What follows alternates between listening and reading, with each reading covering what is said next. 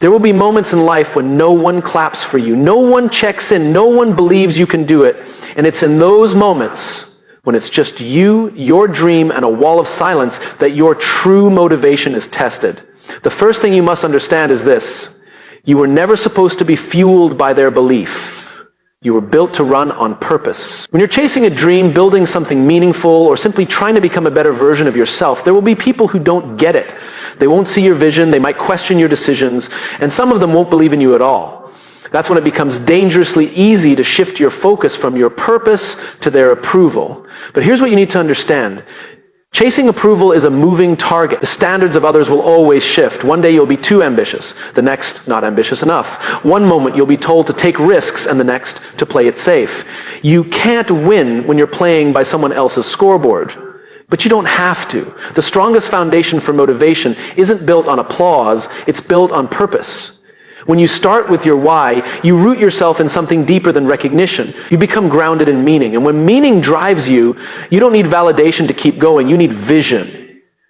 Starting with your why means being honest with yourself about what you're doing and why it matters. Not to them, not to the world, but to you. Maybe your why is to break a generational cycle. Maybe it's to prove to yourself that you're more than your past. Maybe it's to build a life for your family that you never had. Whatever it is, it has to be real, it has to be yours, because the more personal your purpose, the more powerful your resilience. When people don't believe in you, it's easy to question everything. Their doubt can start to feel like truth. You might hear their voices in your head louder than your own. That's why starting with your why is not just a nice idea, it's essential. It's your anchor when the waves of uncertainty crash. It's your compass when the path gets unclear. Purpose brings clarity. It reminds you of what's worth the pain, what's worth the hustle, and what's worth standing alone for if you have to.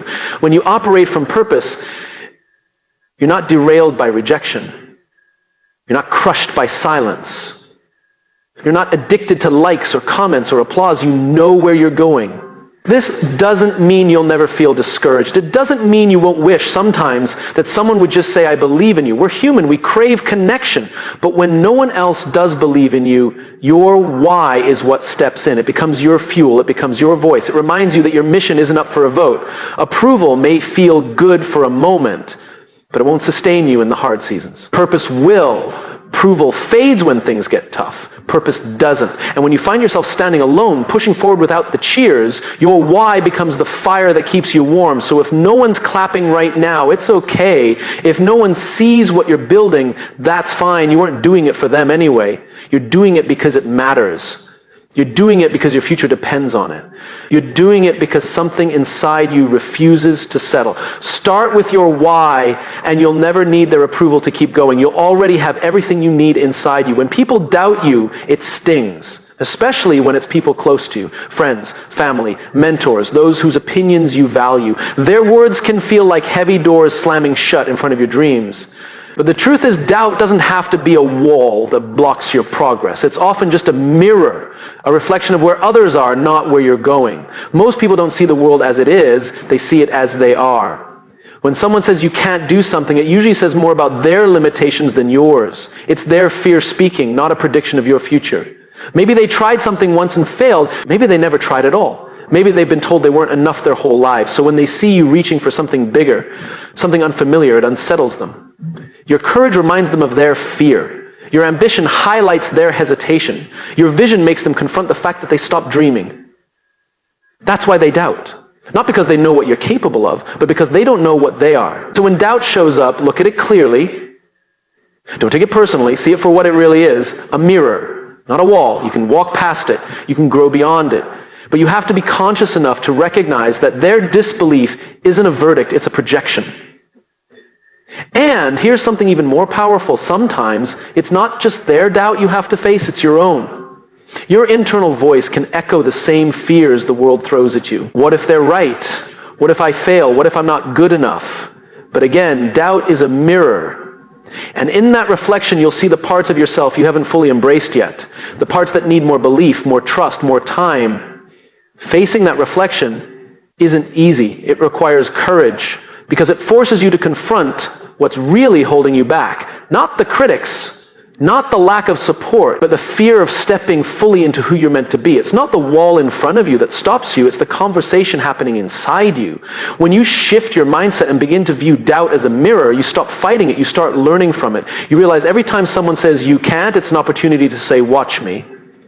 Every time you hear it's impossible, you get to decide if that's their reality or yours. And that power, that choice is everything. The most successful, fulfilled people weren't immune to doubt. They just knew what it was. They didn't let it define them. They didn't mistake someone else's fear for their future. They looked in the mirror and decided to keep going anyway. So let doubt reflect, but never direct. Let it reveal where others have stopped. And let it push you further. Let it challenge you to build thicker skin and a softer heart. Because once you learn to see doubt as a mirror, you stop waiting for the world to believe in you. You stop needing permission. You realize that belief has to start within, that your path is yours alone to walk, and no one else needs to see it for it to be real. Keep going. Keep showing up. Let the doubt come. Let the mirrors reflect, and then walk right past them into the life you were meant to build. Everyone has a version of who they think you are. Friends, family, coworkers, even strangers will create their own story about you based on what they've seen, what they've heard, or what makes them comfortable. They'll put you in a box because it's easier to understand you that way. Maybe it's the nice one, the quiet one, the reliable one, the dreamer who never finishes anything. And once you try to step out of that version, once you start evolving into someone new, they may resist it. Not because they don't care, but because your growth challenges the image they've built of you.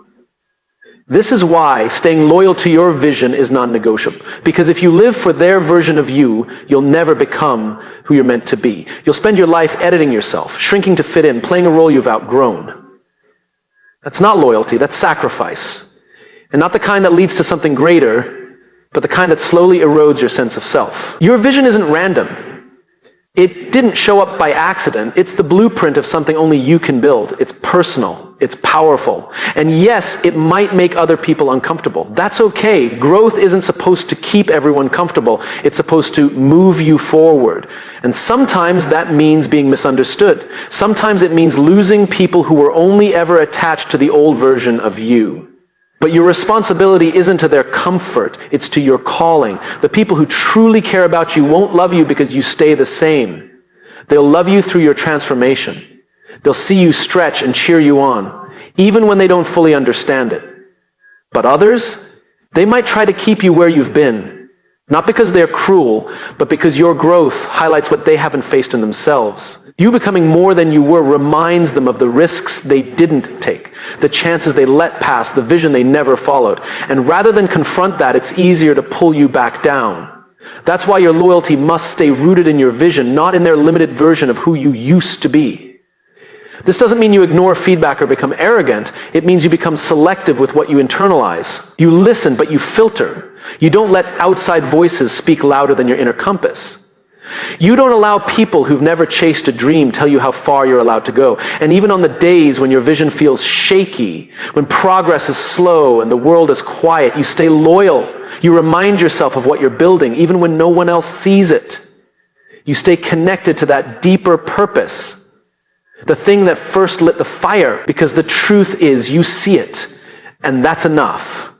The future version of you is waiting, the one who didn't settle, the one who didn't conform, the one who trusted the vision more than the opinions. But to become that person, you have to choose now. Choose belief over doubt. Choose courage over comfort. Choose your future over their expectations. Be loyal to your vision. It's the only one that was given to you for a reason. Progress doesn't always look like success. It doesn't always come with applause, milestones, or viral moments. Sometimes progress is waking up and choosing not to quit. Sometimes it's taking a single step forward when everything in you wants to stop. The world may not see it. No one may acknowledge it, but that doesn't make it any less real, because before it becomes public celebration, progress is always a private victory first. We're living in a world obsessed with outcomes, metrics, validation, visible proof. We're trained to believe that if it isn't loud, it doesn't count. But the truth is, the loudest transformations happen in silence. The real battles are fought internally, when no one's watching. When you're doubting yourself, when you have every reason to give up and still decide to try again. Think about the strongest people you admire. The ones who seem unshakable, disciplined, focused. They didn't become that way overnight. They didn't wake up one morning successful. What you see now is the result of thousands of quiet choices, early mornings, late nights. Days they showed up even when they didn't feel like it. They built strength in the shadows. And eventually those private victories added up to something the world couldn't ignore. But in the beginning, it's lonely. There's no cheering section, no confirmation that what you're doing is working. It's just you and the effort. You and the voice in your head that says, this matters, keep going. And that's where real motivation is born, not in the spotlight, but in solitude. When no one sees your effort, you have to become your own witness. You have to learn how to celebrate the small wins, the extra rep at the gym, the hour of focus on your goals, the disciplined choice to say no when it would have been easier to say yes. These moments seem insignificant in isolation, but they are everything. They're how change begins. Progress demands consistency, and consistency is built through discipline, especially when motivation fades. And motivation will fade. That's normal. You won't always feel inspired, but what separates those who rise from those who fall isn't a constant state of excitement. It's the ability to act in the absence of it. That's why the private victories matter so much. They teach you to trust yourself. They give you proof that you can follow through. And slowly, you begin to shift. You start believing in your ability to change. You start seeing momentum. You start building something solid from the inside out. Eventually, the outside world will notice. The results will show. The recognition will come. But by then, you won't be chasing it because you'll already know what you're capable of. You'll already have the proof, not in the praise, but in the process. So don't underestimate the power of your quiet effort. Don't dismiss the days when all you did was not give up. That counts. That's progress. And every time you choose growth, even in silence, you move closer to the person you're meant to be. Private victories build unshakable confidence, the kind that doesn't need attention to survive, because once you've learned how to show up for yourself in the dark, there's nothing the light can offer that you don't already have. Keep going. You're winning, even if no one sees it yet. Rejection is one of the most powerful forces you will ever encounter. It cuts deep, it challenges your worth, it can make you question everything you thought you were building, but it also holds something incredible. Fuel. Not the kind that burns you down, but the kind that can set you on fire in the best way. The key is learning how to turn rejection into motivation, not resentment. Resentment is the easy road. It's the natural response when someone slams a door in your face, overlooks your efforts, or tells you you're not enough. It creeps in quietly, making you bitter, angry, guarded. And while resentment might feel justified, it doesn't move you forward. It keeps you stuck. You relive the moment, you replay their words, you hold on to the pain like proof, but that pain won't serve you unless you repurpose it. Rejection, on the other hand, can become a gift if you allow it. Because every no, every unanswered call, every missed opportunity is feedback. It's information. It's an invitation to level up, sharpen your focus, and double down on your growth. It's not saying you're not good enough. It's saying prove to yourself that you are. When you choose to use rejection as fuel, something inside you shifts. And instead of saying, why didn't they believe in me? You say, I'll show them why they should have. You stop trying to convince people of your worth and start embodying it. The rejection becomes less about them and more about the fire it lights in you. Every successful person has been told no more times than they can count. What made them different wasn't luck. It was how they responded. They didn't crumble under the weight of rejection. They turned it into drive. They trained harder. They worked smarter. They refined their craft until there was no doubt, until the silence turned into applause, and by then they didn't even need it, because the journey had already made them stronger. You can either let rejection break your spirit, or you can let it build your resilience. One makes you bitter, the other makes you unstoppable. The choice is yours every time. This mindset doesn't mean rejection won't hurt. It will. You're human. You'll feel it. But feeling it is different from feeding it. Let yourself feel the sting, but then turn the pain into power. Channel it. Let it push you, not poison you. When you learn to use rejection as energy, you become dangerous. In the best way, you stop waiting for opportunities to come to you, and you start creating them. You stop fearing failure because you've already faced it and survived. You stop holding on to people who didn't see your potential because you've already proven it to yourself. And here's the irony. When you finally stop needing validation, it often shows up. When you stop chasing acceptance and start chasing excellence, people notice. But by then, you're not doing it for them. You're doing it for you. And that's where the real power is. So the next time you're rejected, don't ask why me, ask what now. Don't hold on to the resentment. Use the fire. Let it fuel your discipline, your focus, your hunger. Let it remind you of what you're capable of. Let it make you sharper, stronger, and more committed than ever before. Rejection is not the end, it's the ignition. Use it and keep moving. The world is loud. Opinions fly at you from every direction. Social media, news, family, friends, even strangers who know nothing about your journey but still feel entitled to comment on it. In that noise, it becomes dangerously easy to forget who you are. You start questioning your choices, comparing your timeline, doubting your path. That's why the most important thing you can do is learn to listen to your inner echo, not the outer noise. Your inner echo is that quiet voice deep within you. It doesn't shout, it doesn't demand attention, but it speaks truth. It's the sound of your values, your purpose, your why. It's the part of you that knows what you're building, even when the world doesn't see it yet. That voice isn't influenced by trends or fear. It doesn't need approval, it only needs your attention. And the more you listen to it, the stronger it becomes. Outer noise, on the other hand, is relentless. It's loud, opinionated, and often shallow. It tells you what you should do, who you should be, how fast you should move. It thrives on urgency and insecurity. It wants to keep you distracted, uncertain, reactive, and the more you listen to it, the more distant your inner echo becomes, until it's drowned out completely. That's why you have to be intentional about the voices you allow into your life.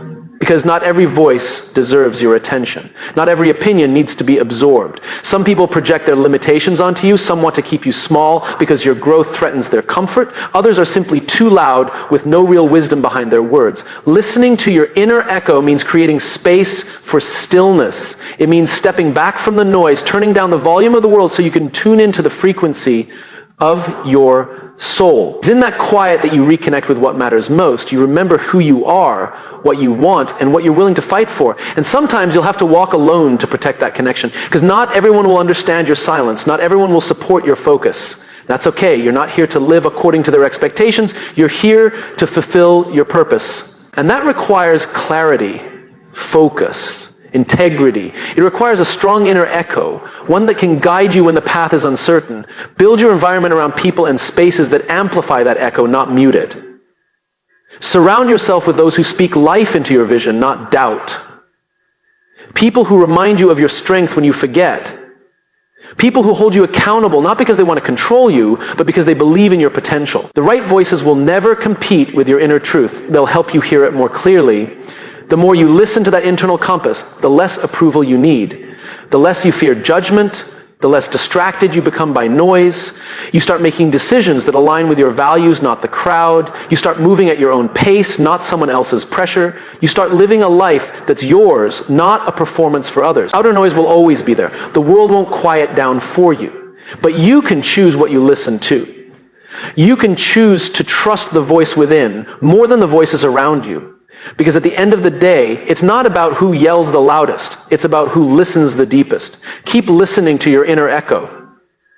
That's where your truth lives. That's where your power begins.